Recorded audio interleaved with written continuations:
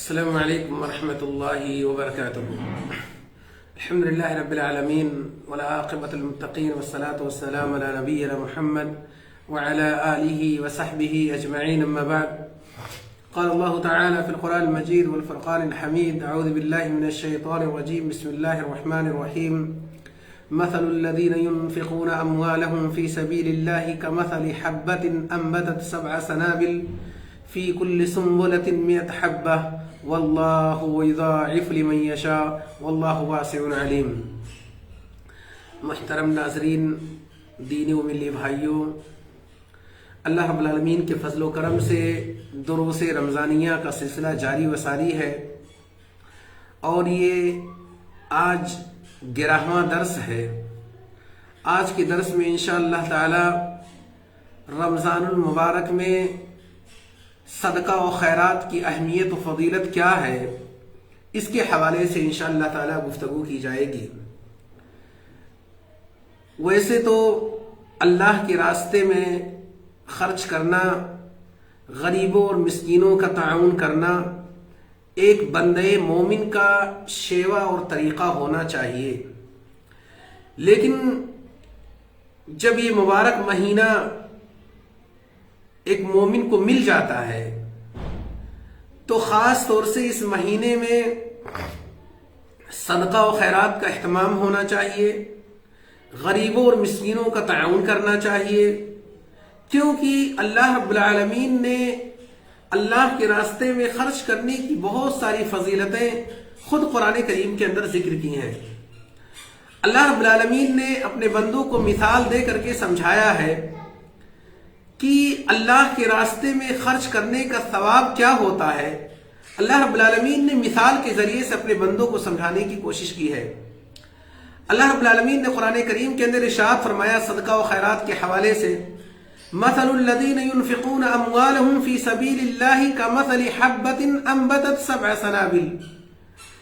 کہ ان لوگوں کی مثال جو اللہ کے راستے میں اپنے مال کو خرچ کرتے ہیں، ان کی مثال اس دانے کی طرح ہے جیسے انسان اپنے کھیت میں ایک دانہ، بیج کا ایک دانہ اپنے کھیتوں میں ڈالتا ہے اور اس ایک دانے سے 7 بالی اگے. ایک پودا ہوتا ہے، اس میں کئی بالیاں ہوتی ہیں. فی کل سنبلۃ 100 حبہ، اور پھر ہر بالی میں 100 دانے ہوں. واللہ یضاعف لمن یشاء، اللہ رب العالمین اس کا بھی دگنا کر دیتا ہے جس کے لیے چاہتا ہے. اللہ رب العالمین نے اس آیت کریمہ کے اندر اپنے بندوں کو مثال کے ذریعے سے سمجھایا کہ جس طرح سے ایک کسان ہوتا ہے، اپنے فصل کی بیج کو ایک دانہ مثلا ویسے تو ڈالتا ہے کئی دانے، لیکن مثلا ایک دانہ ڈالتا ہے اور اس دانے سے 7 بالیاں اگتی ہیں، 7 بالیاں، اور ہر بالی میں 100 دانے ہوں. اللہ رب العالمین اس سے بھی کہیں زیادہ اللہ رب العالمین اللہ کے راستے میں خرچ کرنے والوں کے ثواب میں اضافہ کر دیتا ہے. یعنی کسان ایک دانہ ڈالتا ہے اور اس ایک دانے سے 700 دانے فصل اگتے ہیں. یہ تو ہم انسانوں کا معاملہ ہے، لیکن اللہ رب العالمین فرماتے ہیں واللہ یضاعف لمن یشاء، اللہ رب العالمین ایک نیکی کے 700 نیکی سے بھی ڈبل کر سکتا ہے جس کے لیے چاہتا ہے. واللہ واسع علیم، اللہ رب العالمین بہت ہی وسیع علم والا اور جاننے والا ہے. یہ ہے اللہ کے راستے میں خرچ کرنے کا مقام، کہ ایک روپیہ آپ خرچ کرتے ہیں، اللہ کے راستے میں 1 روپیہ خرچ کرتے ہیں، اللہ رب العالمین اس 1 روپے کا ثواب 700 گنا سے لے کر کے اور زیادہ کر دیتا ہے. ایسے ہی اللہ کے رسول صلی اللہ علیہ وسلم نے اپنی امت کو خاص طور سے رمضان المبارک کے مہینے میں صدقہ و خیرات کرنے کی تلقین کی ہے. آپ صلی اللہ علیہ وسلم فرماتے ہیں، حضرت عبداللہ بن عباس رضی اللہ تعالیٰ عنہ اس حدیث کے راوی ہے، کہتے ہیں کان رسول اللہ صلی اللہ علیہ وسلم اجود الناس. ویسے تو نبی کریم صلی اللہ علیہ وسلم تمام لوگوں میں سب سے زیادہ سخی تھے. سخاوت کا قطعاً یہ مطلب نہیں ہوتا ہے کہ آپ کے پاس اللہ رب العالمین نے نواز رکھا، آپ 1 لاکھ روپیہ خرچ کر رہے ہیں. اگر کسی کے پاس 10 ہی روپیہ ہے اگر وہ اخلاص اور للہیت کے ساتھ اس 10 روپے کو خرچ کرتا ہے تو آپ کے 1 لاکھ کے برابر ہوگا انشاءاللہ تعالی۔ اللہ کے رسول صلی اللہ علیہ وسلم کے بارے میں حضرت عبداللہ بن عباس فرماتے ہیں کان رسول اللہ صلی اللہ علیہ وسلم اجود الناس، لوگوں میں سب سے زیادہ سخی اور فیاض نبی کریم صلی اللہ علیہ وسلم کی ذات مبارکہ تھی۔ اور حضرت عبداللہ بن عباس رضی اللہ تعالیٰ عنہ فرماتے ہیں وَكَانَ أَجْوَدَ مَا يَكُونُ فِي رمضان، اور آپ صلی اللہ علیہ وسلم کی سخاوت رمضان المبارک کے مہینے میں بڑھ جایا کرتی تھی۔ اور وَكَانَ جِبْرِيلُ يَلْقَاهُ فِي كُلِّ لَيْلَةٍ مِّن رمضان، رمضان المبارک میں اللہ کے رسول صلی اللہ علیہ وسلم حضرت جبریل علیہ السلام کے ذریعے سے قرآن کو دہراتے تھے۔ فَيُدَارِسُهُ الْقُرْآنَ، قرآن کا مدارسہ کرتے تھے، دہراتے تھے، مراجعہ کرتے تھے۔ اور اس کے بعد میں فرماتے ہیں فَلَا رسول اللہ صلی اللہ علیہ وسلم اجود بالخیر من الريح المرسلہ، جب حضرت جبریل علیہ السلام سے قرآن کے مراجعے کے لیے آپ صلی اللہ علیہ وسلم ملاقات کرتے تھے تو آپ کی فیاضی تیز تند آندھی سے بھی زیادہ ہو جایا کرتی تھی۔ جس طرح سے تیز تند آندھی ہوتی ہے، ساری چیزوں کو اڑاتے ہوئے لے جاتی ہے، ایسے ہی اللہ کے رسول صلی اللہ علیہ وسلم بہت ہی سخاوت کا مظاہرہ کرتے تھے اور بہت ہی فیاضی کے ساتھ اللہ کے راستے میں اپنے مال کو خرچ کرتے تھے۔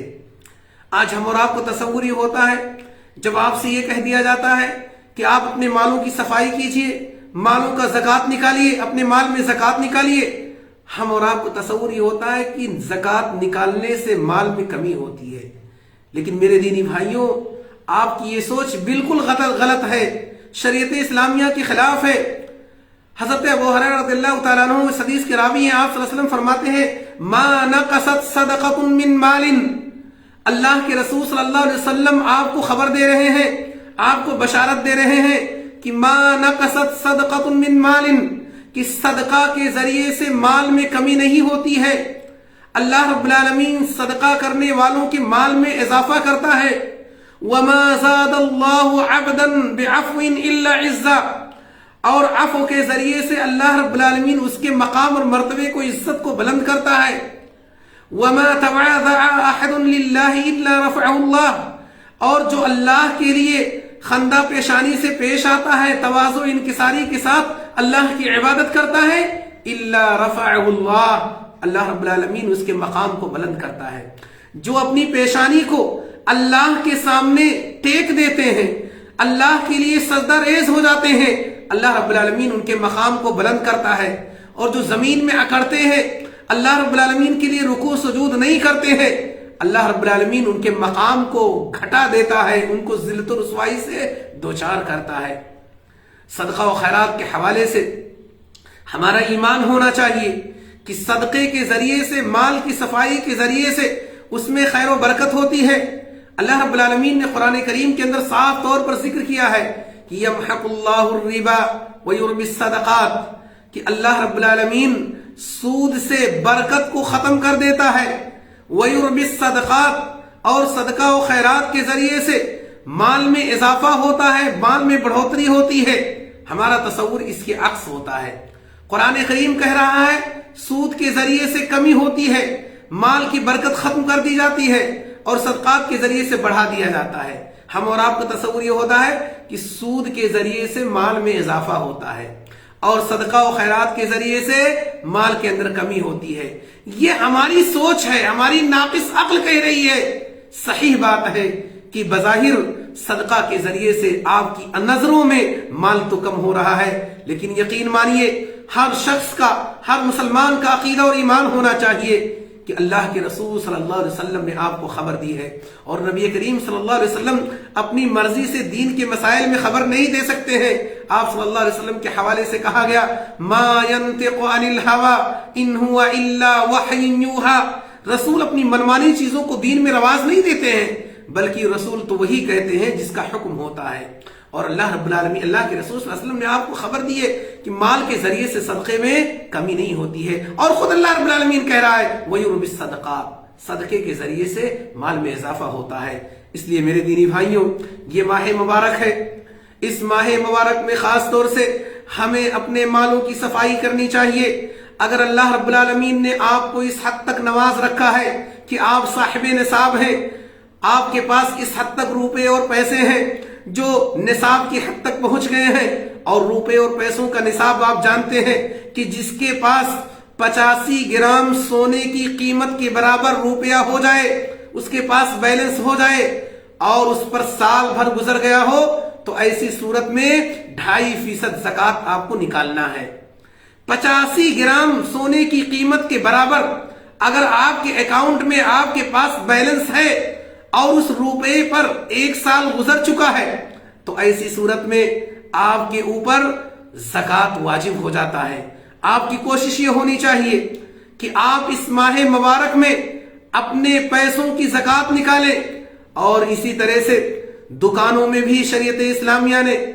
دکان اور تجارت کی جو چیزیں ہوتی ہیں اس میں بھی شریعت اسلامیہ نے زکوٰۃ کو واجب قرار دیا ہے۔ ایسے ہی زیورات کے حوالے سے بھی گرچہ یہ مسئلہ مختلف بھی ہے، بعض لوگوں کے نزدیک زیورات میں زکوٰۃ نہیں ہے، لیکن آپ کی کوشش یہ ہونی چاہیے کہ کم سے کم اس ماہ مبارک میں آپ اپنے مالوں کی صفائی کر دیجئے، زیورات میں زکوٰۃ نکالیے، کیونکہ رب کائنات کا وعدہ ہے کہ اللہ رب العالمین ان زیورات میں زکوٰۃ نکالنے کی وجہ سے اللہ رب العالمین برکت عطا کر دیتا ہے، اس میں کمی نہیں ہوتی ہے۔ گرچہ بظاہر ہمارا پیسہ ہمارے ہاتھ سے جاتا ہے، لیکن یقین مانیے